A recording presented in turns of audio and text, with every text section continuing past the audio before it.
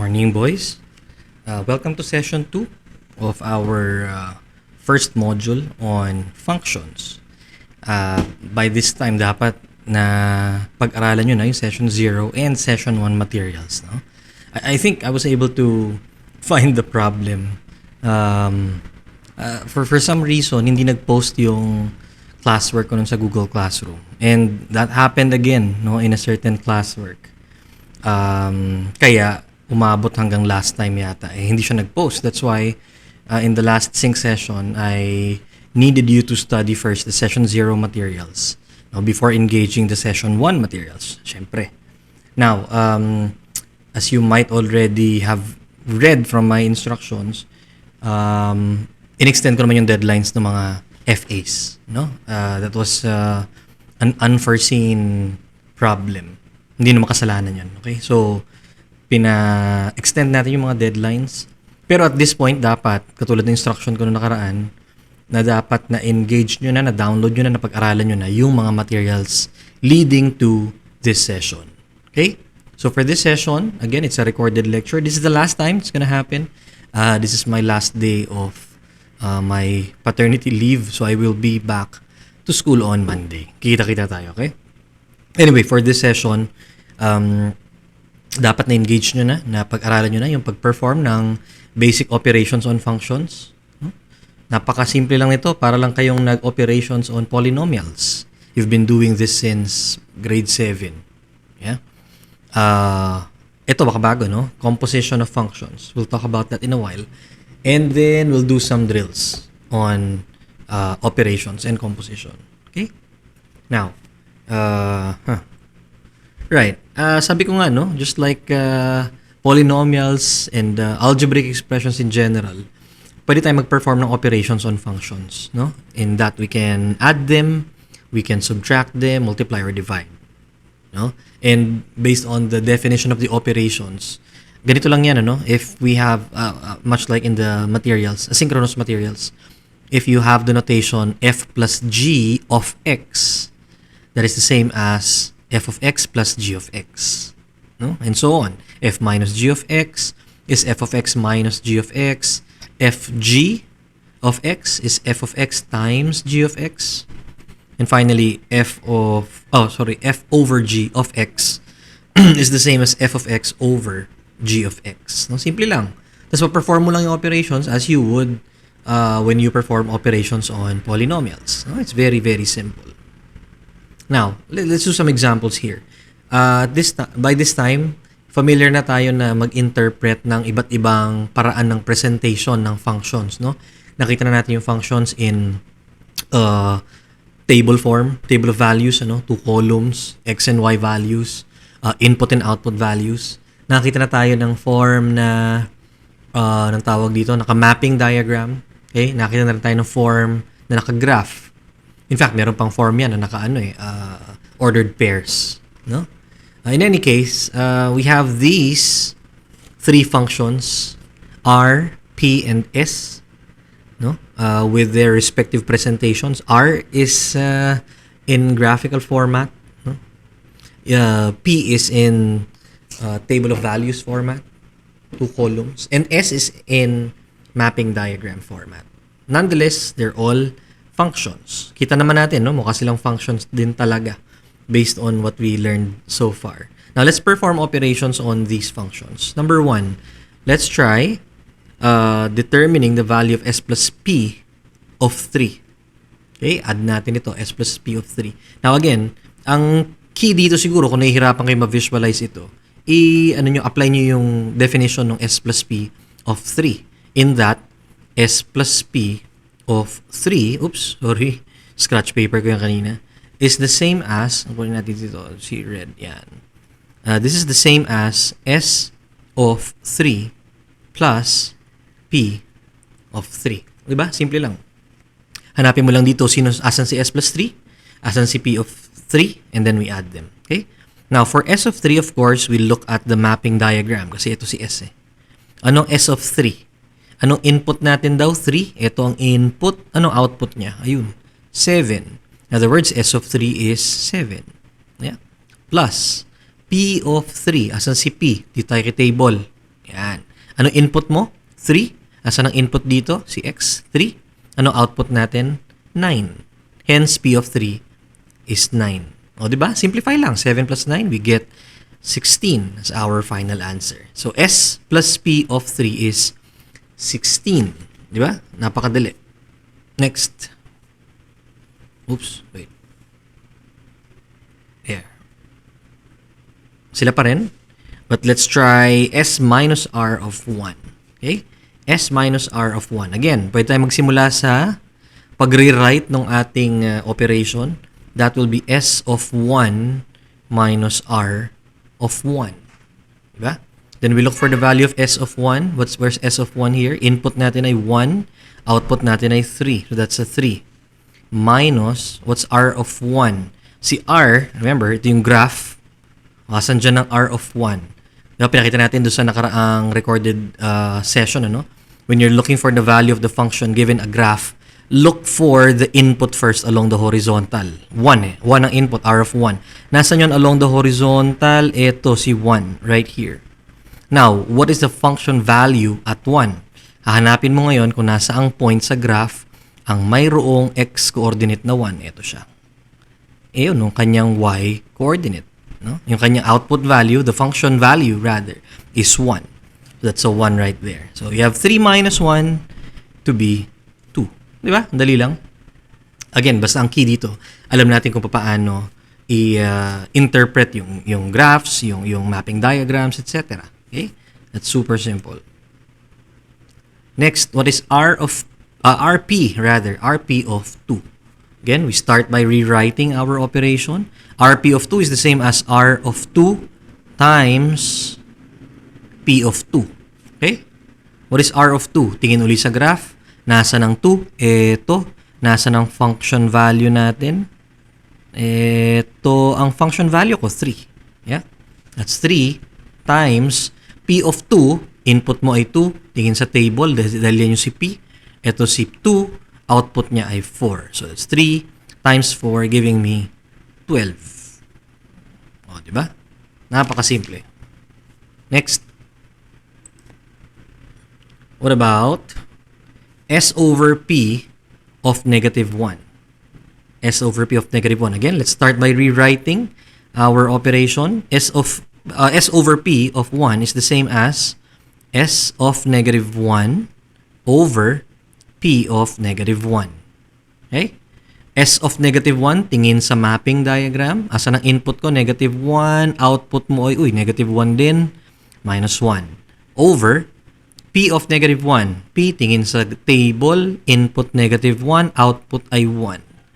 Therefore, S over P of negative 1 must be negative 1. Simple lang.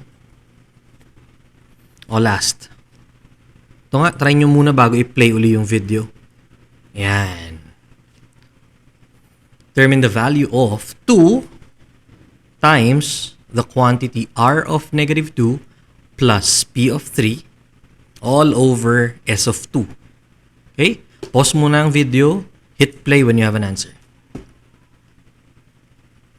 Alright. Dapat may sagot na kayo. Okay, let's break this down. Actually, medyo mukha lang siyang complicated. Mukha siyang intimidating. Pero madali lang yan. 2, the multiplier outside, stays as 2. Yeah? And then we multiply that by R of negative 2. What is R of negative 2? Tingin tayo sa graph. Hanapin ang negative 2. Eto. Uy, wag maglilito rito ha. Sir, alin sa dalawa? Taas o baba? Tingnan yung nasa baba, ito. This is a hollow circle. So, walang point dyan yung graph. Ang point ng graph where x is negative 2 is right here sa ibabaw. Tama? Oh, nandyan siya. So, ano ang output natin? Ano ang function value natin when x is negative 2? That would be 1. Okay? So, palitan na natin yung 1. That's R of negative 2. What about P of 3? P, table, 3, input, output, 9. That's a 1 plus 9. All over S of 2. Tingin sa mapping diagram. Input 2, output 5. You have 5 at the bottom right there. And now we simplify. Di ba? Napakadali. 2 times, what's this? 10 over 5. O, di ba? Cancel lang natin to. 2. Leaving us with 4. Okay? Napakadali. Dapat nakuha nyo yung 5 answers na yun, ano? Okay. Now, let's move on to what was mentioned in the objectives a while ago, yung composition of functions. Hindi lang naman tayo puro add, subtract, multiply, divide. No? Meron din tayo yung tinatawag na composition of functions, which is symbolized by this circle right here in between the two function names. Mga estudyante ko dati, tawag nila dyan fog. No? Fog x. Hindi. F of g pa rin ang basa dyan. Ha? F of g of x. Again, ano? F of g of x pa rin ang basa dyan. Yung composition ng functions, imagine, ito, may diagram tayo, no? Imagine that you have 2 separate machines. No, you put an input in the first function, in the first machine, an output comes out. Parang ito, yung depiction dito. Ang input natin dito is like this. What is this, a sphere, no? In the function g. Yan ang input. Paglabas niya, mukha na siyang cube. Yeah? And then yung cube na yon, you input in another machine as yung output na yon rather, no? Yung output from the function g, you input in another machine, which in this case is machine f, and out comes another output. No? That's the idea behind composition of functions. Okay? Parang ito, look at this. By definition, the composition of f and g, f of g, ito, f of g ang basa pa rin dyan, is defined as, or by, f of g of x is the same as f of g of x. It's like you're inputting the function itself in another function. Diba? Medyo nakakalito ba? Mas madali ito kapag meron tayong examples. No? Ang ini-input natin dito ay, of course, primal input natin si x, ano, as our conventional input. However, remember that input is to be inputted in a function to create a certain output. Yeah? Parang ito, si g of x. G of x is an output in itself. Ang input natin dito, primary input natin si x pa rin eh. In-input mo si x kay g. Anong lalabas? G of x. Pero si g of x mismo, that output will now serve as an input in the function f.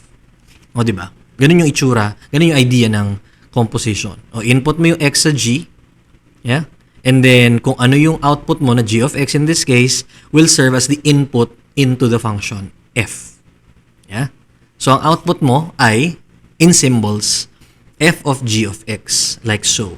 Or, in another way of writing, eto, yung maraming parenthesis, f of g of x. Kaya nga, ganun pa rin yung basa niya, f of g of x.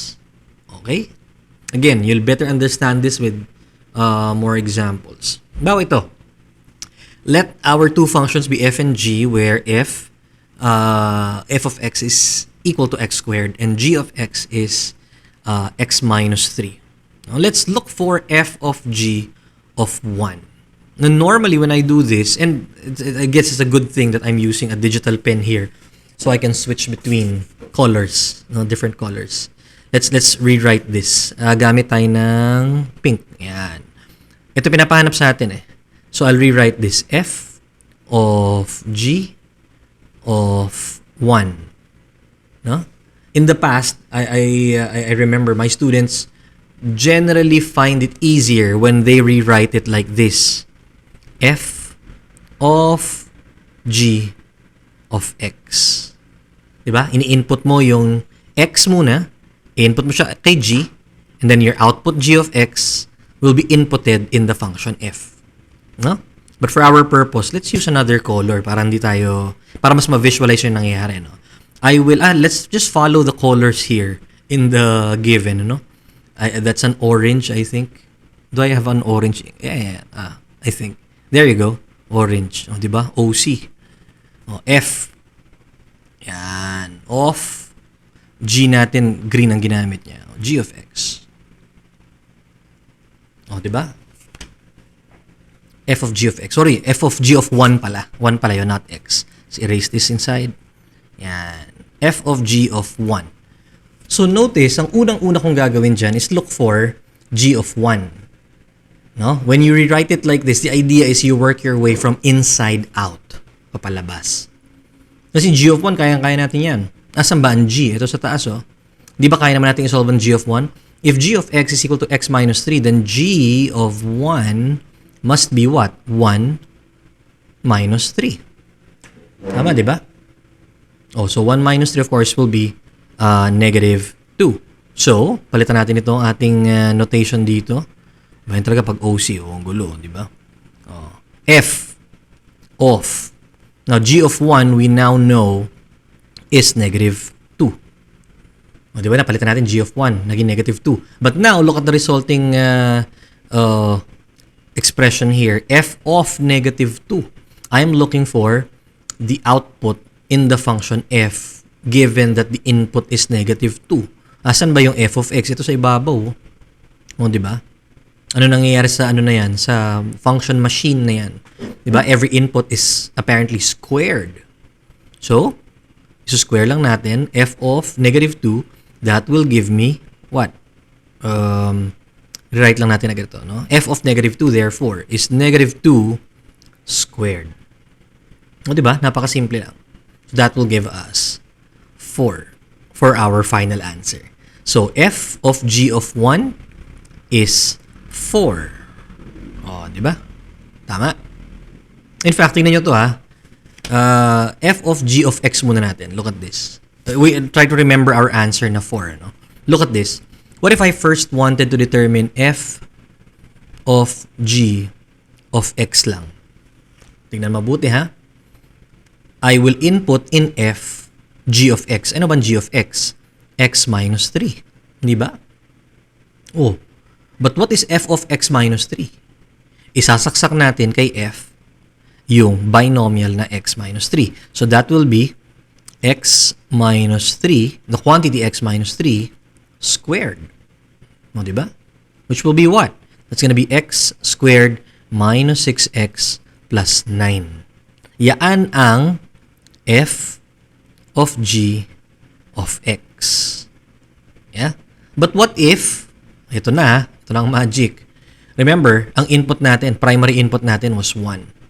So, kapag pinalitan ko to ng 1 dito, no, sorry, 1 dyan, makukuha ba rin kaya natin yung 4? Tingnan natin, ano? This is 1 squared minus 6 times 1 plus 9. That's gonna be what? It's gonna be a 1 minus 6 plus 9. 1 minus 6 is negative 5 plus 9 is still your 4. O, diba? So, kumbaga meron tayong another layer of checking if our answer is correct. And we are correct. Good. Okay. Next item. Okay naman. Same pa rin, same functions. But this time, I'd like you to look for r of 2. No? R of 2. If r of x, r is another function pala. If r of x is the same as g of f of x. Okay? So, i-pause mo ng video, hit play when you're done. Right. Kung pinlay mo na, siguro ang ginawa mo, hinanap mo muna yung equation ni r, which is a good start-off point. Ano? Let's first look for g of f of x. Okay? So, I go g of f of x. So, ipapasok natin kay g, itong function na x minus 3, si f of x. Ito. So, that will be what? G of, ano ba ang f of x natin? X squared. But what is g again? The function g is g of x is equal to x minus 3. So, ipapalit ko kay x dito as an input si x squared. So, this will be what? X squared minus 3. Okay? So, g of f of x pala is equal to x squared minus 3. No? But remember, g of f of x, this notation right here, is the same as this notation right here. Tama? Iniba lang natin pagsulat. And based on the given information, g of f of x is the same as r of x. So, by transitivity, r of x is equal to x squared minus 3. Di ba? Nakuha na natin ngayon yung equation ng function. Now, we need to find r of 2. O, madali na yan. If this is r of x is equal to x squared minus 3, r of 2, therefore, we input our 2 here, 2, and then we simplify the resulting expression on the right-hand side. That will be 2 squared, that's it's supposed to be a 3 pala. No, 3. There you go. 2 squared, that's a 4 minus 3, leaving us with the final answer of 1. 1 dapat na nakuha nyo? Napakadali. Okay? Good. Next. So, yung next item ko. Yan. Let our functions f and g be those, no? 2x minus 3 and negative x plus 4. Uy! Find! Tinan nyo nga to. G of f of g of x. Oh, nakakalito sir ah. Pause muna. Pause the video, try it on your own, and then hit play when you're done. Right. Dapat may sagot ka na. Tingnan natin kung paano gagawin ito. No? Now, this notation again might seem a little confusing to you. So, maybe we can rewrite it na mas, sa paraan na mas madali natin maintindihan. G of f of g of x, we can rewrite that as g of, saksak mo raw sa loob niya, f of g of x. Uhu. O, diba? In fact, since this is playable, pwede mang i-pause, pwedeng i-rewind. Let's do it like this, ano? Let me rewrite that again, sorry. G, palakihin natin, of f of g of x. Yan. And then erase tayo para makita nyo yung nangyayari, no? But of course, in your solutions, I'd like you to do it step by step. And I will demonstrate that also in a while. But just to show you what really is happening here, no? Let's use a different ink here. Green, halimbawa. Let's use the blue one. Now, tingnan. We start again, parang sabi ko kanina, we start from the inside and work our way out. Now, what is g of x muna? Asas g of x? Ito, sir. Yan. So, etong g of x sa loob, palitan natin ng minus x plus 4. Okay, let's do just that. Palitan ko to ng negative x plus 4. O, diba? Now, si negative x plus 4, which is g of x, ang i-input natin kay f. But look at f. F is this function right here. So, ang magiging input mo ay negative x plus 4. No? Tandaan na negative x plus 4. Sasaksak ko yan dito sa expression na 2x minus 3. In other words, etong x na to, papalitan mo nitong binomial na ito. O, diba? Let's do just that. Again, let's erase this part. Tandaan na, that's a minus x plus 4. That will be a 2 times minus x plus 4 minus 3. O, diba? Now, of course, it would be better if we simplified first within the expression inside. No, para mas madali tayo mamaya mag-input ng resulting expression kay g for the last time. Okay? So, what? DPMA muna ako dito. This is gonna be a minus 2x. No? Minus 2x plus 8 minus 3. Okay? Oborin na natin ito. Okay? So, again, let's rewrite that. That's a minus 2x plus, what's this? 8 minus 3, that's a 5. Okay? Now, last step. Wala naman tayo pwedeng simplify na rito. It's a minus 2x plus 5. Notice how I am supposed to input that back again in the function g. So, ang input ko dito ulit kay negative x plus 4 ay negative 2x plus 5. Okay? So, now I'll write it at the bottom.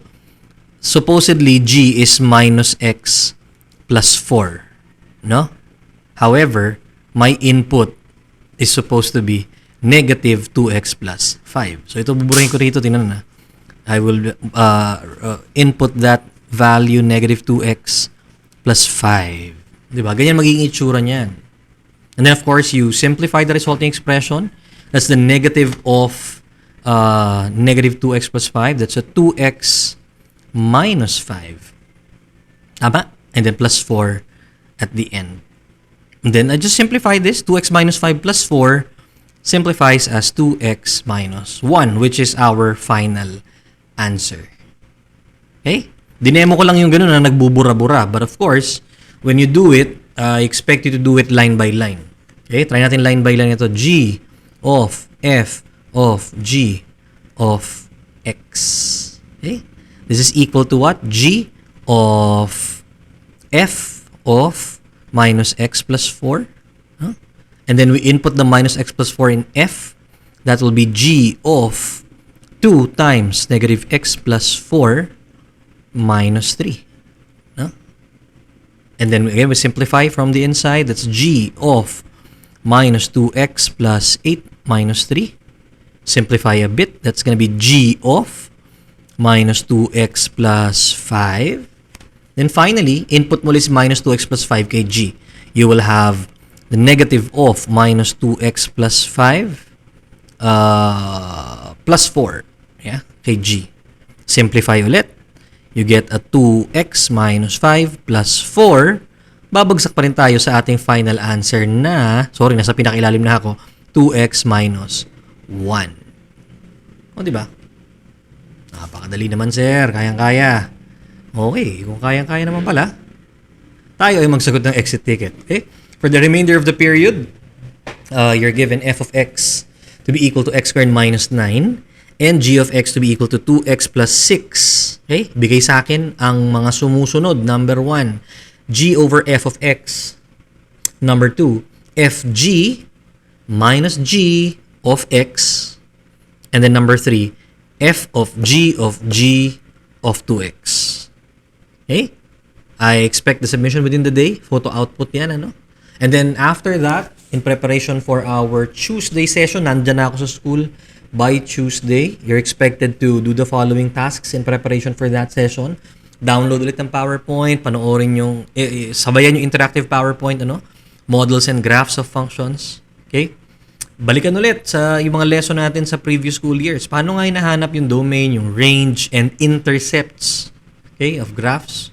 And then of course, normal na ulit yung schedule natin ng tickets, no? By the end of today, nabawi na sana yung oras na nawala. Again, pardon, no? There was, I don't know, I think a glitch in Google Classroom. Anyway, na-extend ko naman yung mga deadlines, ano? But by next week, normal na uli yung deadlines natin, normal uli yung sessions, okay? Accomplish that before 8 a.m. of Tuesday, yung entry ticket natin na yun. Alright? So if nothing else, thank you.